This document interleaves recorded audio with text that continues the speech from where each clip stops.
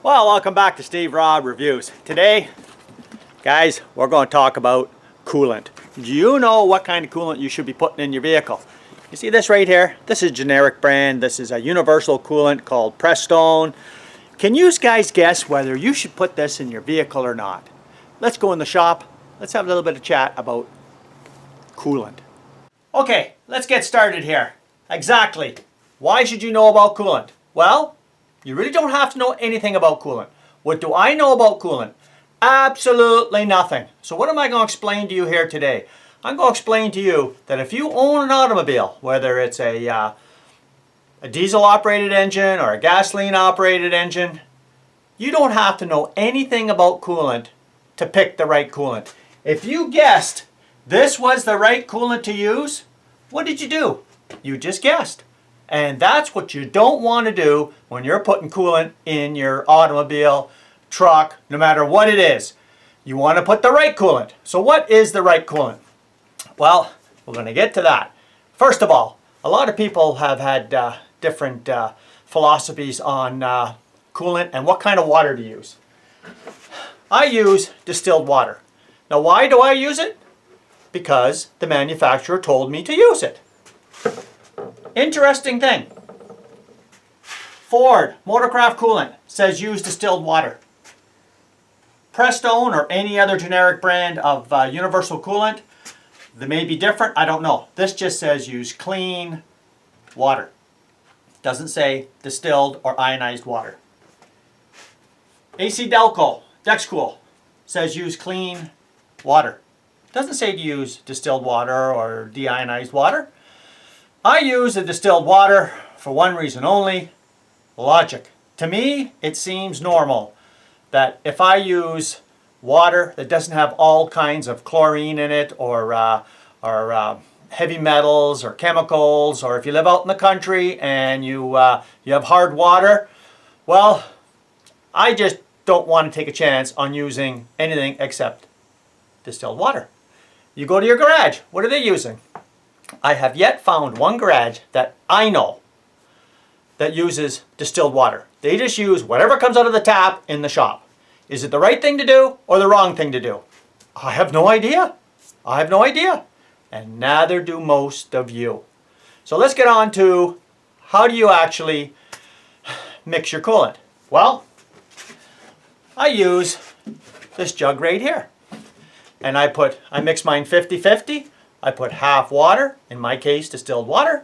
The other half I use the coolant. I mix it in here. Now, I have seen some people throw a jug of concentrated coolant in there and then throw a jug of regular tap water in there or whatever water they have. And is that the right way to put it or not? I really don't know. The reason why I mix it in this jug is because it says in the instructions to mix it 50-50. Now, does that mean mixing it in your rad or mixing it in a jug? Who knows, right? The only thing is, I have a couple of friends that do engine rebuilding. And they have told me that when they have tore apart some engines looking in the water jackets, that some of them, they open up and it's just pure coolant coming out. So they're saying to me that it doesn't actually circulate as much as people think. A lot of times it just settles in a low spot and stays there and doesn't get mixed in. Do I know? I have no idea. I'm just getting this information secondhand off of somebody else. To me, I mix it because it seems logical. That's the only reason why I'm doing it. So, there's all kinds of different coolants. This one here, Dexcool, the Ford Motorcraft. I put this one in my my F-150. And we have the Prestone, which is universal. Now this here says for all makes and all models. I'd like you to think about something. If that was for all makes and all models, why don't all the makes and all the models all use this? They would save a fortune on putting in a universal coolant rather than putting in their own coolant. But they don't do that. What do? They put their own coolant out with their own additive package. This is the same as this? I have no idea. I have no idea if the Ford coolant and the AC Delco coolant is the exact same thing in the exact same bottle, but different colors. This is yellow, this is orange. Do I know the difference? I have no idea. Let's use a little bit of logic here. Automobile manufacturers, they're not dummies. And they hire automotive engineers, Society of Automotive Engineers. They are about the sharpest people you're going to get on the planet. They work off of two things. One, how to design things, and number two, liability. What's the cost of putting this in your vehicle, universal coolant, compared to putting in what the manufacturer says that you should put in? If you look in the back of your owner's manual, they are not going to say, go and put in a universal coolant. They're going to say, put in their coolant. Now, are they just hosing you on saying, well, you got to use our stuff and pay more? And most times, it is more. I paid $17 for a jug of this concentrated. You have to mix yourself. And my Ford coolant was $24. Now, why did I go and buy the Ford coolant for my F-150? Because it says in the back of the manual to use it. It doesn't say use universal coolant. Now, are you going to run into any problems if you use universal coolant in your car? I have no idea. But let's think about, in a little bit of a retrospective an engineer here. What's the liability? Do you know what's going to happen if you do put in a universal coolant in your late model vehicle? Well, most people are going to say, oh, I don't know. Just go there and the guy at the parts desk says, there you go, there's the coolant, go to it. What's the liability? Well, most people just don't know what the liability is, and you don't know if you're going to cause any problems with your engine, your cooling system, all the different internal parts that are cooled, lubricated. You have no idea. So why are you going with the universal coolant? Well, most times it's because it's accessible, it's easy to get, and it costs less money. But in my opinion, it may cost you more money in the long run if it is not compatible with your vehicle. Now, it says all makes and models, and if you're an automotive technician, I'd love to hear if you work on late model vehicles and you use universal coolant at your dealership or at your particular automotive facility that you work out of, or if you're an independent shop owner. Myself, if I have a late model vehicle and I go to my independent shop and all he does is put in universal coolant in everything that comes in throughout the door, I'm going to another shop. Now, that's my own personal opinion, and for me, I like to use the coolants that the vehicle is designed for, because I am not an automotive engineer.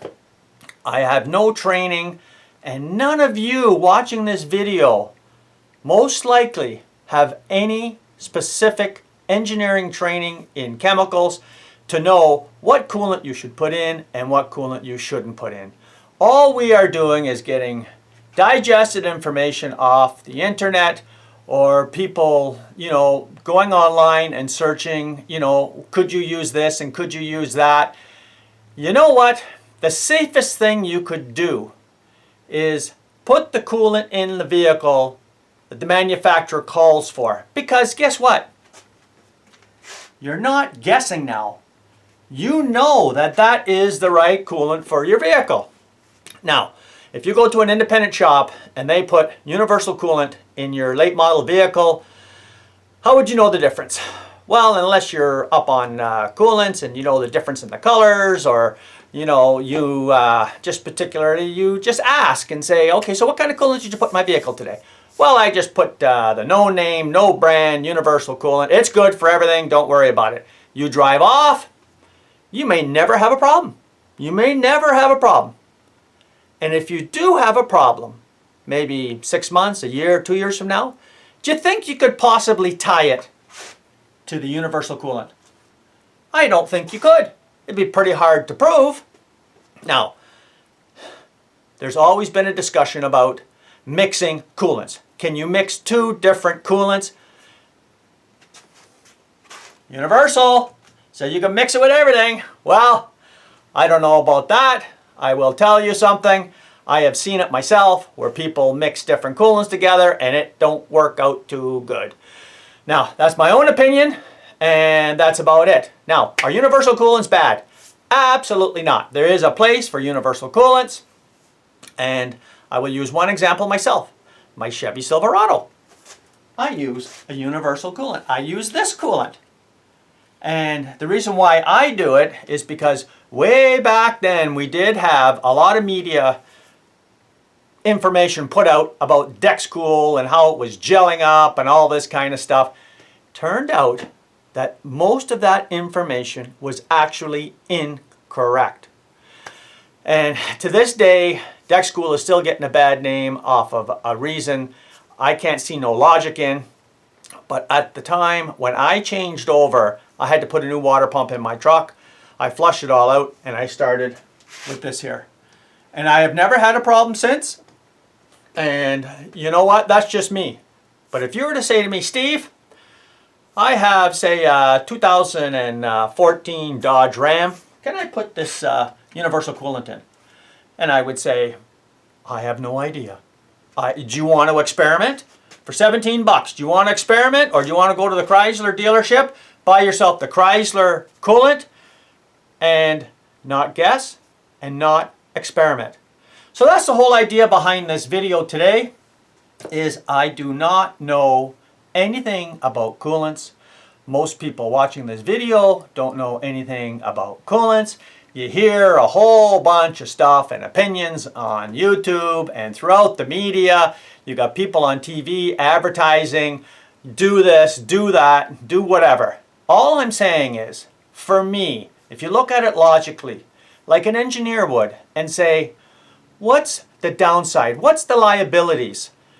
And for me, the difference is about, between this one and this one, about $6. Is it worth $6 for me to take an educated guess and say, you know what, it's all right? I mean, I got away with this with my 2002 2500 HD and I never had a problem. Maybe I should start throwing it in my Ford. And I'm going, you know what? Don't push your luck, pal, because you never know. Sometimes $6 will come back, cost you $600. How many times have you heard people or watched a video, got a plugged up heater core or a plugged up rad, and is it because they're not using distilled water? I don't know. But to me, I like to take the risk out of something. So for me, using distilled water is less risk. I have the original rad in my 2002 Silverado. I change my coolant once a year. All I do is open up the drain on the rad, I let it drain out, turn it off, go to my overflow bottle, I throw in roughly almost 4 liters of premixed coolant, put the cap on and I'm done. Takes me 10 minutes. I have the original rad, I have the original heater core, and you know what? So far, logic is actually saving me money. I know lots of people that have the exact same vehicle I have. They've gone through heater cores, they've gone through rads, and a lot of expense by not servicing your system. Now, maintenance, a lot of times people think maintenance is when something breaks down, they go to their shop and guess what? They get it maintained, right? Because it's broke. Coolants, you know what? From the factory, they say 5 years, most is 160,000 kilometers or 100,000 miles. And as soon as I buy a new vehicle, I go 2 years, then I start changing the coolant. I'm only doing it in the rad. I'm not doing the flush and everything else. But if you do that in the rad, in my mind, in my opinion, every year, it's adding to the additive package and it's actually, you know, circulating through the system correctly. And I've had great success doing that. I have never put a rad in a vehicle that I've owned, and I've never put a heater core so far. Now, I keep my vehicles usually around maybe 8-10 years. This one here is the longest one I've kept so far, and it's just doing fine. And what am I using? Universal coolant. And for me, it was a little bit of a gamble because of the controversy over the DexCool. But my recommendation is, you want to know what kind of coolant to put in your vehicle, look in the owner's manual, and you're guaranteed to get the right coolant and don't guess. So thanks for joining me here today. Hope maybe you learned something out of this somehow. And come back again. If you haven't seen this channel, you're welcome to subscribe now. Cheers.